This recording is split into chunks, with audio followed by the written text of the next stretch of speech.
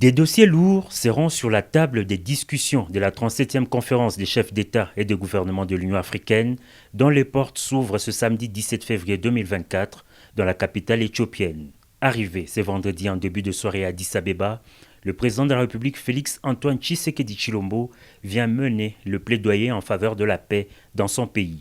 Sans détour, le chef de l'État s'est immédiatement rendu dans la salle Julius Nyerere de l'Union africaine pour participer aux côtés de ses pairs à un mini-sommet sur la situation sécuritaire et humanitaire dans l'est de la RDC.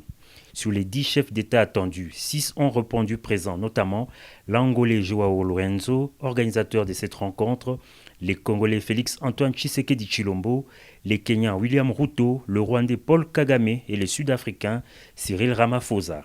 Les autres chefs d'État se sont fait représenter.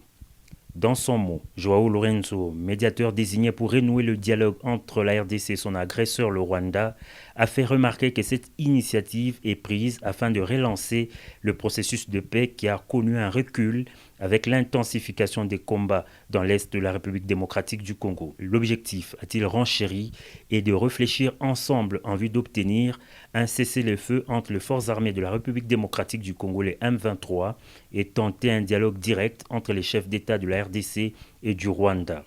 Après un huis clos, chaque parti s'est exprimé. Le président Félix Tshisekedi a dénoncé pour la énième fois l'agression documentée dont son pays fait l'objet, tout en exigeant les départs sans condition des terroristes du M23 des terres congolaises. La partie rwandaise, quant à elle, continue de nier son implication dans la crise sécuritaire en RDC. Et c'est sur ces entrefaites que les travaux de ces mini-sommets ont été suspendus ce vendredi.